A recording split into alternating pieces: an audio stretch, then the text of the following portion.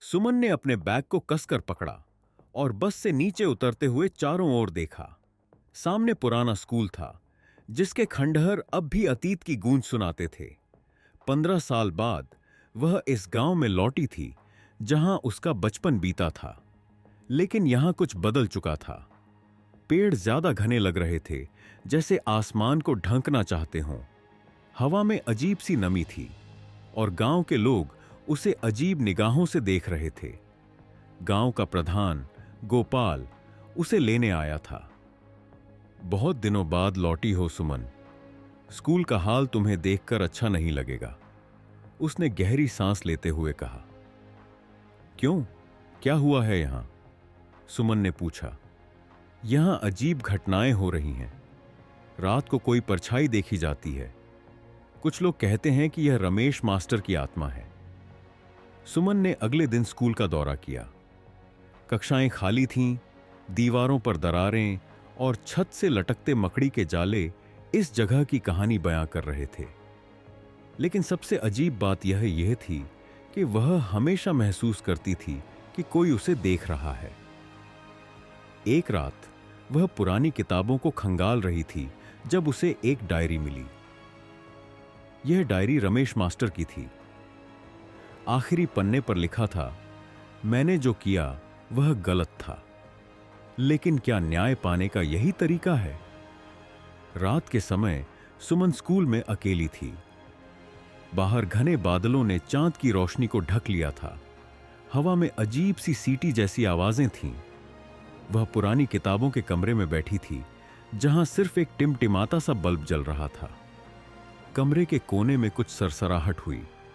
सुमन ने अपना ध्यान वहीं केंद्रित किया, लेकिन कुछ दिखाई नहीं दिया। जैसे ही उसने सिर झुकाया, उसके पीछे से एक गहरी, धीमी आवाज सुनाई दी। तुम्हें यहां नहीं होना चाहिए। सुमन का दिल धड़क उठा। उसने तुरंत मुड़कर देखा, लेकिन वहां कोई नहीं था। उसकी सांसें तेज हो गईं। उसने कमरे के कोने में रखा दर्पण देखा। दर्पण की सतह पर धुंध जैसा कुछ फैल रहा था, जैसे उसमें कोई परछाई आकार ले रही हो। सुमन ने हिम्मत करके दर्पण के करीब जाकर देखा। अचानक दर्पण में उसकी जगह एक अजनबी चेहरा उभर आया। रमेश मास्टर का चेहरा। उसकी आंखें गहरी और काली थीं, जिनमें क्रोध और दर्द का सागर दिखाई दे रहा था। तुम मुझे भूल नहीं सकती, मैं अभी यहीं हूं, दर्पण से आवाज आई। सुमन चीख पड़ी और पीछे हट गई। दर्पण जमीन पर गिरकर चकनाचूर हो गया, लेकिन टुकड़ों में रमेश मास्टर की परछाई अभी भी दिख रही थी। अगले दिन सुमन ने गांव के बुजुर्गों से बात करने की कोशिश की, लेकिन सबने चुप्पी साध ली।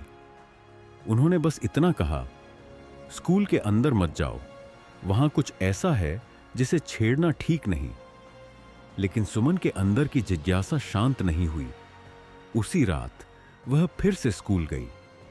इस बार उसके साथ एक टॉर्च और एक पुराना नक्शा था, जिसे उसने लाइब्रेरी में पाया था। नक्शे में स्कूल के नीचे एक गुप्त तहखाने का जिक्र था। जैसे ही वह उस तहखाने तक पहुंची, उसने महसूस किया कि तापमान अचानक गिर गया। उसकी टॉर्च की रोशनी कांपने लगी और हर कदम के साथ ऐसा लग रहा था कि कोई उसका पीछा कर रहा है। पीछे से अचानक एक धीमी हंसी सुनाई दी। तुम भाग नहीं सकती। सुमन ने मुड़कर देखा, लेकिन कुछ नहीं था। उसकी टॉर्च अचानक बंद हो गई। चारों ओर घना अंधेरा छा गया। तभी उसे अपने कंधे पर किसी का हल्का स्पर्श महसूस हुआ। कौन है? उसने कांपते हुए पूछा। जवाब में सिर्फ एक गहरी खुरदरी आवाज सुनाई दी। तुमने मेरा सब कुछ छीन लिया, अब तुम्हारी बारी है। सुमन चीखते हुए आगे भागी, लेकिन रास्ता भूल गई। तहखाने की दीवारों से अजीब सी फुसफुसाहटें सुनाई दे रही थीं।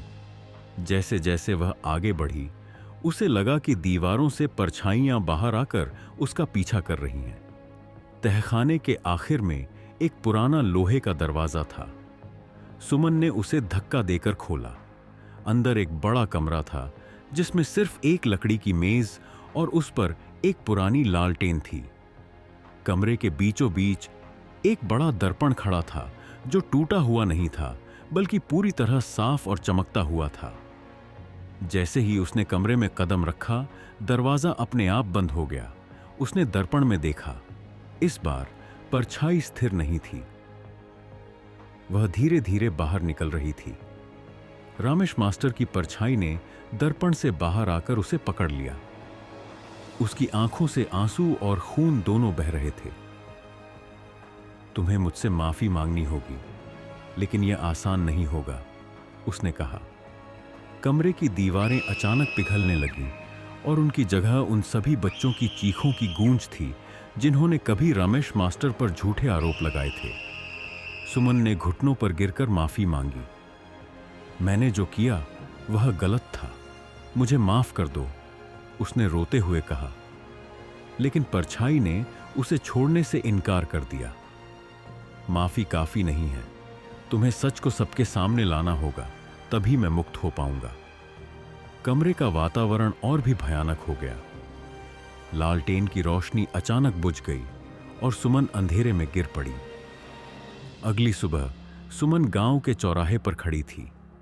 उसने सबके सामने अपनी गलती स्वीकार की।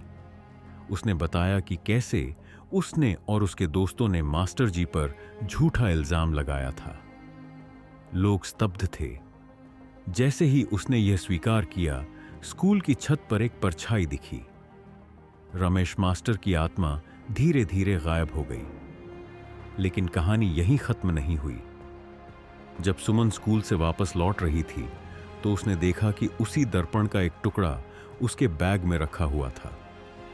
उसमें रमेश मास्टर की वही आंखें झलक रही थीं। अब सवाल यह है कि क्या आत्मा सच में मुक्त हुई या उसने सुमन को एक और सबक देने के लिए चुना है।